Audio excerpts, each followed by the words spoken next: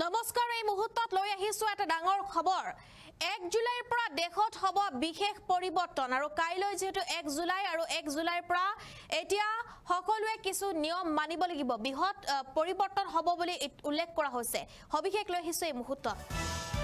1 জুলাইৰ পৰা হ'ব বিশেষ পৰিৱৰ্তন লাখ লাখ লোকৰ বাবে এটা ডাঙৰ খবৰ আমি জনাই আছো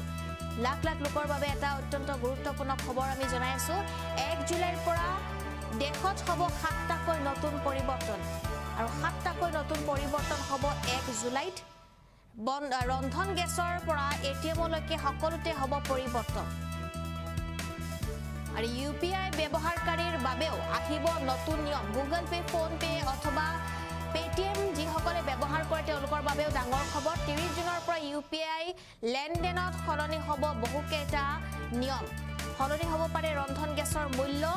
আৰু এনপিসিআই ঘোষণা কৰিছে বহুকেইটা নিয়ম ইউপিআই সন্দৰ্ভত বহুকেইটা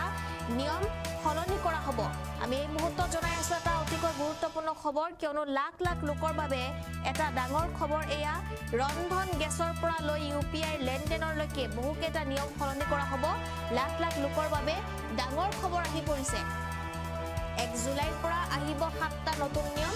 কাইলৈ 1 জুলাই আৰু কাইলৈৰ পৰা বহুকেইটা নতুন নিয়ম আহি পৰিব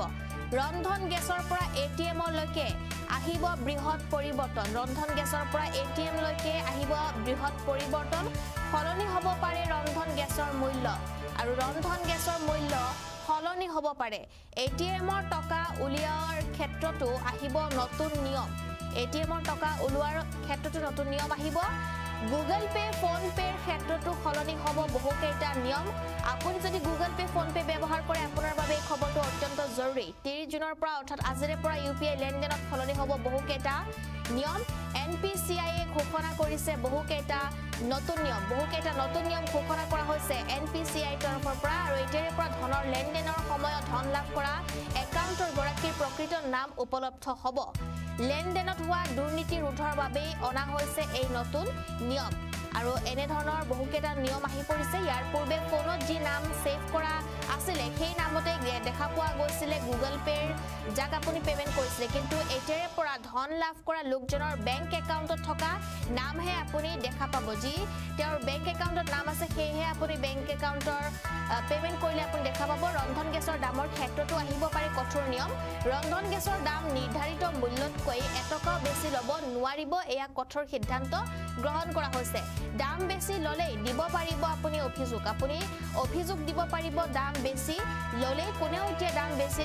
বিক্ৰী কৰিব নোৱাৰিব গ্যাস ৰন্ধন গ্যাস বুকিং কৰাৰ পিছত মেছেজ আহিছে নে নাই নিশ্চিত কৰক আপুনি মেছেজ আহিছে নে নাই ফোনত নিশ্চিত কৰক সিলিন্ডাৰ ডেলিভাৰী দিয়াৰ সময়ত আপুনি দিব লাগিব ডিএসি নম্বৰ আপুনি দিব লাগিব ৰেলৰ তৎকালীন টিকট বুকিংতো লাগিব ওটিপি আৰু সকলোতে নিয়ম খলনি কৰা হৈছে নতুনকৈ পেন কাৰ্ড আবেদনৰ ক্ষেত্ৰতো লাগিব আধাৰ কাৰ্ড আৰু এয়া বহুকেইটা নতুন নিয়ম প্ৰযোজ্য হ'ব আধাৰ কাৰ্ড নহলে আপুনি পেন কাৰ্ড এবাৰ লাভ নকৰিব পেন কাৰ্ড সন্দৰ্ভতো ডাঙৰ নিয়ম আহি পৰিছে